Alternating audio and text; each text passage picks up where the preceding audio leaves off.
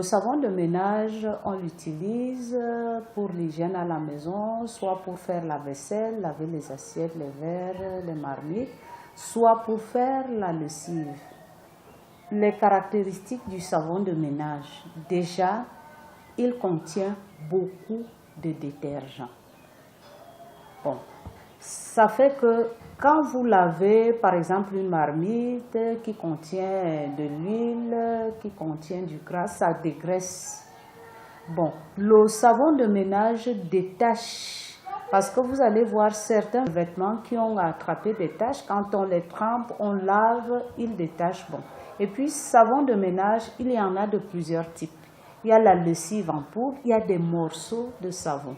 Vous avez même le Javel qui est liquide et vous avez d'autres savons liquides également. Le savon est un produit de consommation de masse. Comme tout produit cosmétique, la fabrication du savon de ménage est soumise à une réglementation contraignante et sévère qui garantit la sécurité du consommateur.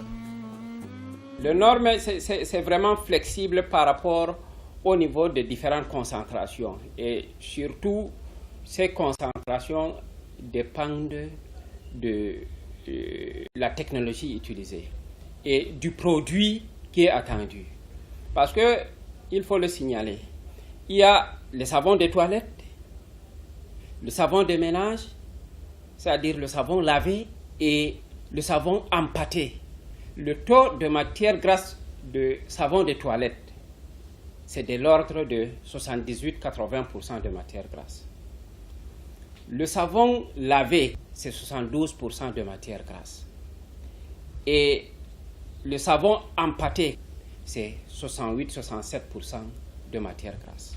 Le déterminant, c'est toutes les normes qui tournent autour de la production de l'huile de palme, parce que c'est la matière première essentielle.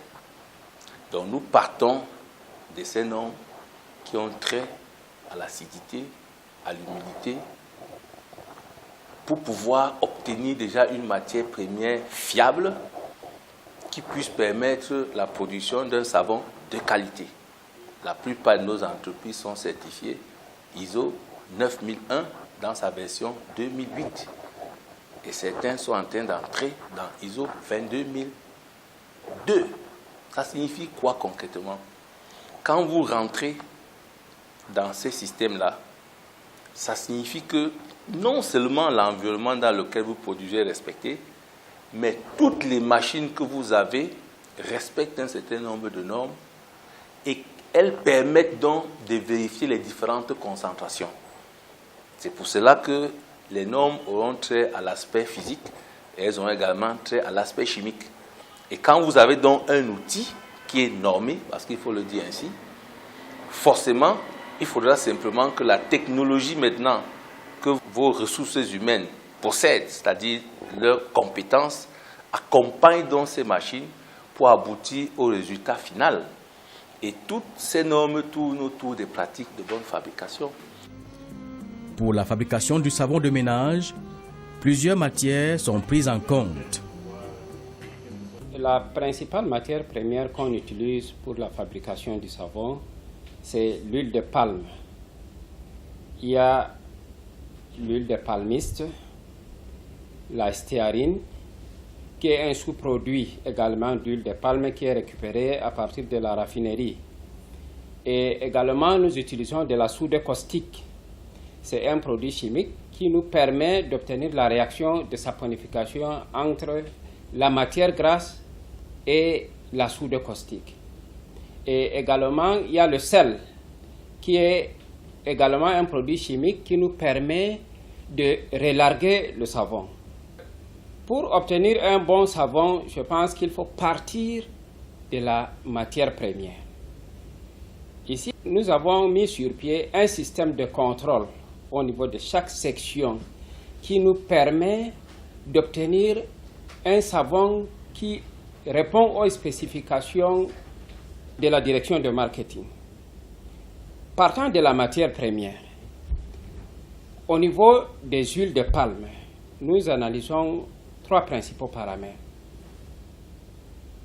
Il y a l'indice de saponification, il y a le taux d'humidité et d'impureté dans l'huile et nous analysons le taux d'acidité de l'huile. C'est les 3 paramètres que nous recherchons au niveau de la qualité de la matière grasse. En ce qui concerne la soude caustique, nous vérifions notamment sa concentration et sa densité. Et pour le sel, c'est un produit qui vient solide, que nous diluons. Et après avoir dilué ce sel, il faut enlever toutes les impuretés qui se trouvent dans le sel. Au niveau de la fabrication du savon, c'est-à-dire la section saponification, c'est l'association de 2 paramètres qui nous permettent d'obtenir un bon savon, c'est-à-dire les paramètres physiques et les paramètres chimiques. Les paramètres physiques, nous avons une interface qui nous permet de suivre les températures, les pressions, le débit massif des produits qui entrent dans la fabrication du savon avec une précision énorme. Par rapport aux paramètres chimiques, nous recherchons le taux d'électrolyte dans le savon, principalement les matières qu'on a utilisées pour la fabrication du savon, notamment la concentration en soude et la concentration en sel, qui ont un impact important sur la qualité du savon. Notamment pour la soude. Si la concentration de soude n'est pas maîtrisée au niveau du savon, le savon sera très agressif par rapport à la peau, par rapport aux habits. C'est pour cela qu'il faut le maîtriser. Par rapport au sel, sa concentration impacte également au niveau de la moussabilité du savon. C'est vrai, ce n'est pas le seul élément qui influence au niveau de la moussabilité du savon. Il y a la formulation, qui est un élément important, c'est-à-dire la formulation au niveau des différentes matières grasses qu'on utilise. L'autre paramètre important qui est aussi contrôlé à la saponification, c'est le taux de matière grasse. La disponibilité en huile de palme est importante pour assurer la continuité de production du savon. La proximité des plantations, des sites de transformation et de fabrication de ce produit de consommation est fondamentale. Lorsque l'huile de palme brute arrive au site de production, elle passe par l'étape de vérification en laboratoire. Dès qu'on réceptionne une huile qui arrive ici à l'usine, la première procédure à faire, c'est d'abord échantillonner. Le laborantin effectue des analyses sur l'huile pour pouvoir caractériser l'huile. Et dans la caractéristique, on cherche d'abord le taux d'acidité et le taux d'humidité. Et si les 2 analyses, c'est-à-dire ces résultats répondent aux fourchettes des huiles qui vont à la savonnerie, directement on effectue un ordre de réception qui permet à ce que le dépotage se fait directement au niveau de la raffinerie. Dans le cas où les analyses nous donnent, c'est-à-dire des résultats qui correspondent plutôt aux huiles qui vont à l'huilerie, on continue encore d'autres analyses comme le point de fusion et on mesure parfois, c'est-à-dire le DOBI, qui est un indice qui nous permet de savoir en quelque sorte comment on va se comporter avec cette huile lors du raffinage. Donc en fait, ça nous montre en quelque sorte le degré de raffinabilité de l'huile et son degré c'est-à-dire de vieillesse pour pouvoir savoir comment on va se comporter au niveau de la raffinerie pour obtenir un produit de qualité. Pour les huiles qui vont surtout au niveau de l'huilerie particulièrement, le taux d'acidité accepté au niveau de la raffinerie est inférieur ou égal à 5%. Mais quand c'est déjà au-delà, donc au-delà en allant de 5% à 11 ou 12%, on peut directement affecter cette huile-là à la savonnerie. De façon générale, le taux d'humidité accepté au niveau de l'huilerie doit être en deçà de 0,5%.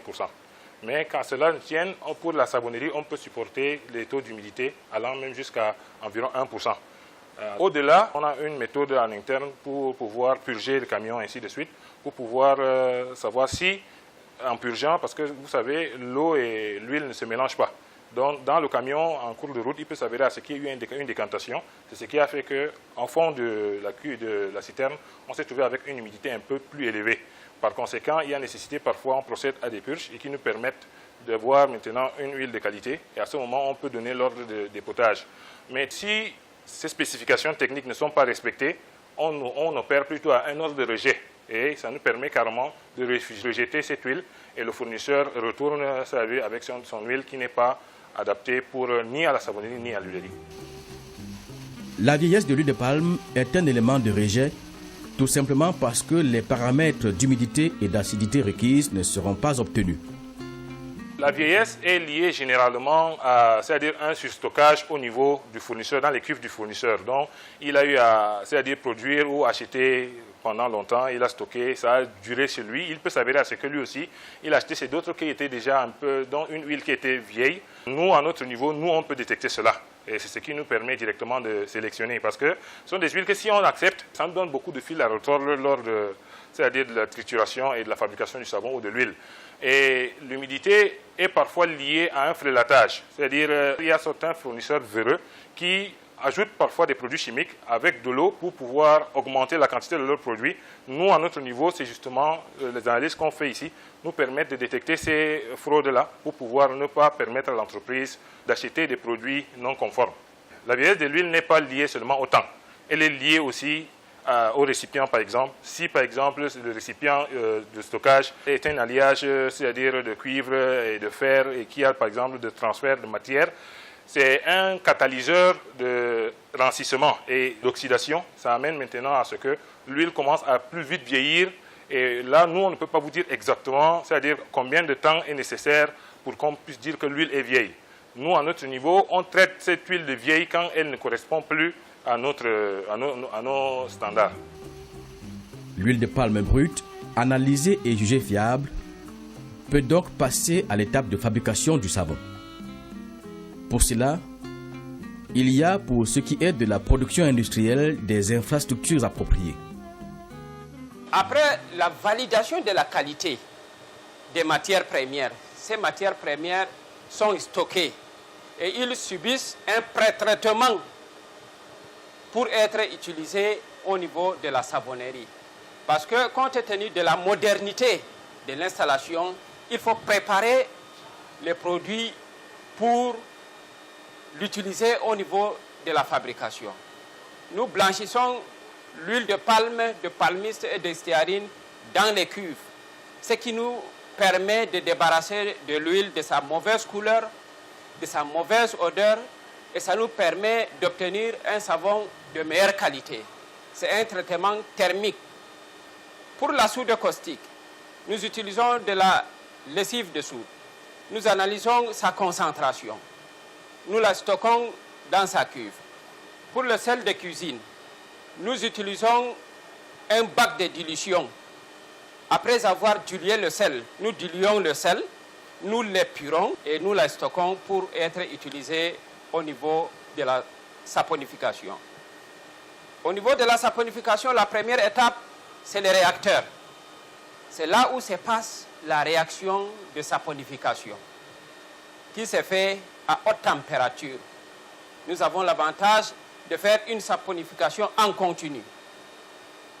Donc, après avoir saponifié le savon au niveau du réacteur, le savon passe au niveau de flash cooler, qui est un équipement qui nous permet de refroidir ce savon, puisque la réaction se passe à une haute température.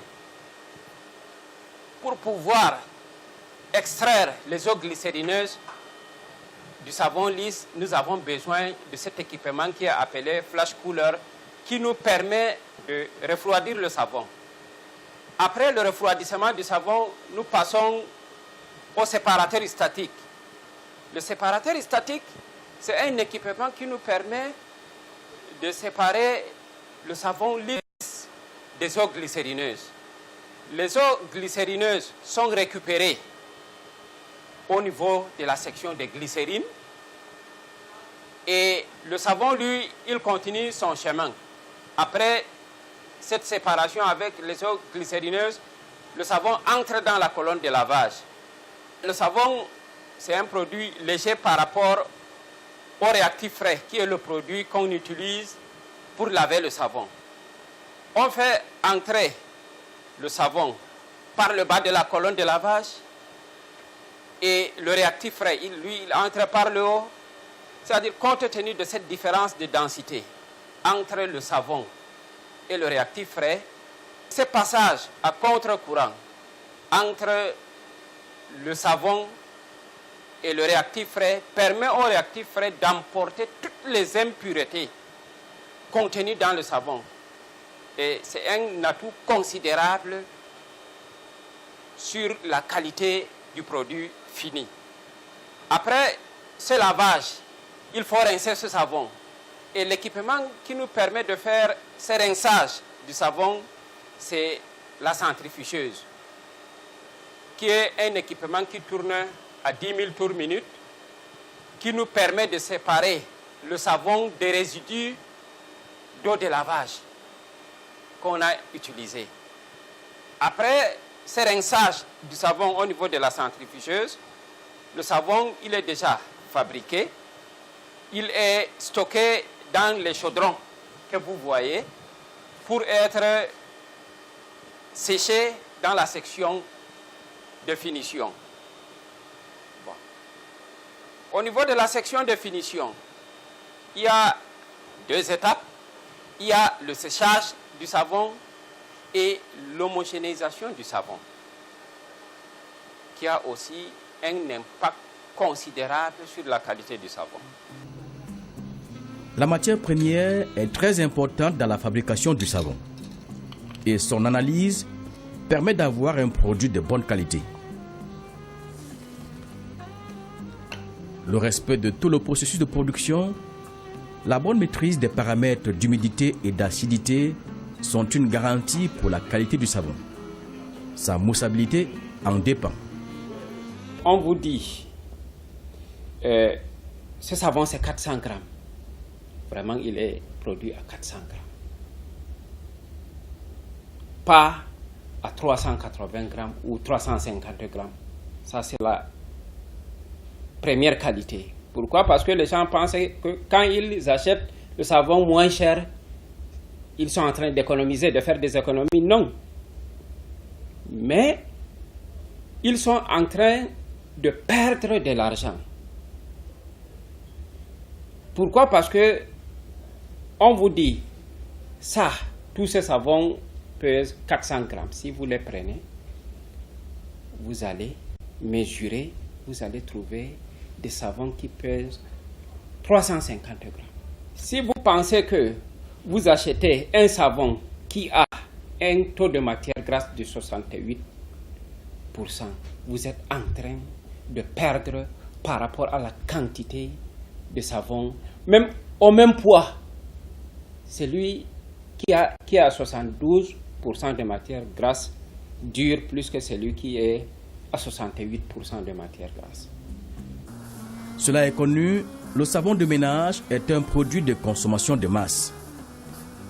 Le choix du consommateur est parfois guidé par certaines exigences de garantie de qualité que les industriels doivent absolument prendre en compte. Le consommateur a besoin d'un savon qui est économique, de durabilité, qui n'est pas agressif. Agressivité ici s'entendant sur la peau, sur les habits. Dès que tous ces éléments sont réunis, les services qualité au niveau de la direction de la production, au niveau de la direction des usines, sont pour nous fournir tous ces éléments, toutes ces caractéristiques. Et dès que nous les avons, nous retournons vers le consommateur pour lui demander son avis sur le produit que nous nous proposons de mettre sur le marché. Dès qu'il nous donne son quitus, nous le mettons maintenant à sa disposition. Donc en fait, c'est le consommateur qui est arbitre. Celui qui nous dit, voilà ce que je veux, dès que nous l'avons produit, nous le remettons à sa disposition pour avis. S'il est d'accord en nous disant, oui, c'est le produit que je veux, nous le mettons à sa disposition. Donc, dès que nous l'avons mis et qu'il a accepté, nous sommes sûrs d'avoir répondu à ses attentes. Comme tout produit, la fabrication du savon de ménage doit respecter des normes bien établies. Et lorsque cela n'est pas fait, il est facile de le reconnaître. chaque défaut est lié à la non-maîtrise d'un paramètre. Prenons par exemple la moussabilité. Principalement, il y a deux paramètres qui influencent sur la moussabilité du savon. Il y a sa formulation, c'est-à-dire les différents mélanges au niveau de la matière grasse qui est faite, et le taux du sel dans le savon. Si nous prenons le cas de l'agressivité du savon au niveau de la peau, ça c'est la non-maîtrise du taux de soude dans le savon. Il y a le taux d'humidité qui influence également sur la dureté du savon, c'est-à-dire son utilisation à long terme. Il faut prendre le savon, essayer de le peser à la main, essayer de l'appuyer, c'est-à-dire le savon le plus bon et le savon le plus dur. Et pour ce qui est de l'utilisation du savon de ménage, il faut savoir qu'il est destiné à un usage bien précis, comme son nom l'indique. Par ailleurs, l'utilisation d'un savon de mauvaise qualité sur le consommateur a des conséquences dévastatrices. La peau, c'est cette couverture qui tapisse notre corps. Elle est constituée de 3 couches. Je ne vais pas rentrer dans les détails. La peau assume au moins 7 fonctions dans notre organisme. La peau, c'est le miroir du corps. Quand vous allez bien dans votre tête, ça se voit à travers votre peau. Quand ça ne va pas, quand vous êtes malade, à partir de la peau, on peut vous dire, voilà, vous avez des problèmes cardiaques, c'est des problèmes au niveau du rein, allez voir le spécialiste.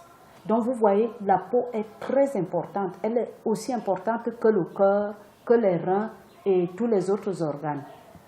Alors, cette peau, parlant du savon, si on prend la couche la plus superficielle, le derme, parce que le derme est tapissé par une autre couche qui le protège.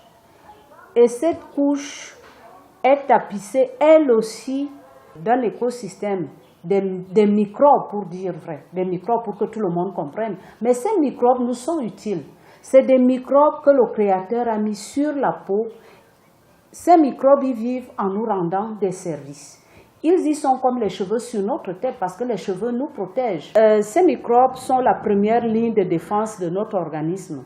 Donc quand un microbe pathogène arrive, celui qui peut causer la maladie, quand il vient, ce sont ces microbes que nous avons sur notre peau qui assurent la première ligne de défense. Hormis cela, ces microbes-là nous aident à garder l'équilibre de notre peau par plusieurs fonctions. Et ces microbes vivent à nos dépens en nous rendant des services. Qu'est-ce qui se passe donc? Quand vous utilisez un savon de mauvaise qualité, prenez un savon qui contient beaucoup de détergents. Qu'est-ce que vous faites? Vous venez détruire cette flore microbienne. Et quand vous la détruisez, il y a un déséquilibre. Rien que le fait de détruire ces microbes-là, que ce soit avec le savon de ménage ou tout autre savon de toilette, parce qu'il y en a de plusieurs types, hein. Il y en a sur lesquels je vois écrit « contient un puissant agent bactéricide ». Moi, ça me fait rigoler. Ou alors que vous adoptiez un savon antiseptique comme savon de toilette, parce que tout ceci vient détruire ces microbes utiles que nous avons sur la peau. Alors, qu'est-ce qui s'ensuit? Il suffit qu'il y ait un petit agent infectieux qui arrive, votre peau est exposée et ça peut aller plus loin encore. Bon, je vais vous donner un petit exemple. Quand vous détruisez cette flore, vous pouvez facilement attraper des mycoses cutanées parce que tout champignon qui arrive peut facilement élire domicile et puis endommager votre peau. Même si c'est un parasite, le parasite de la gale par exemple, il s'installe facilement. Et même si c'est un virus, parce que les infections cutanées, il y en a de bactériennes, virales, parasitaires et même fongiques. Donc là, vous pouvez attraper n'importe quelle infection cutanée, sauf allergie, bien sûr. Bon, maintenant, hormis les infections, vous détruisez la dernière couche qui protège la peau. Quand elle est détruite, votre peau peut facilement se déshydrater Parce que vous allez constater chez certaines personnes qui utilisent ces savons-là, qu'elles ont la peau sèche, elles se plaignent de tiraillements, de picotements. Justement, c'est parce que cette couche protectrice a été détruite. Donc, pour vous dire, généralement, le savon de ménage n'est pas indiqué pour la toilette du corps. Bon, certaines personnes vont vous dire, moi je me lave avec, ça ne fait rien. Bon, il faut déjà qu'elles puissent même distinguer quels sont les signes d'appel d'une peau qui ne se porte pas bien.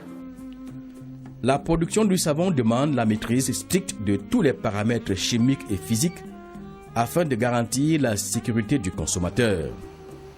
C'est le principe qui doit guider toute entreprise de cette nature.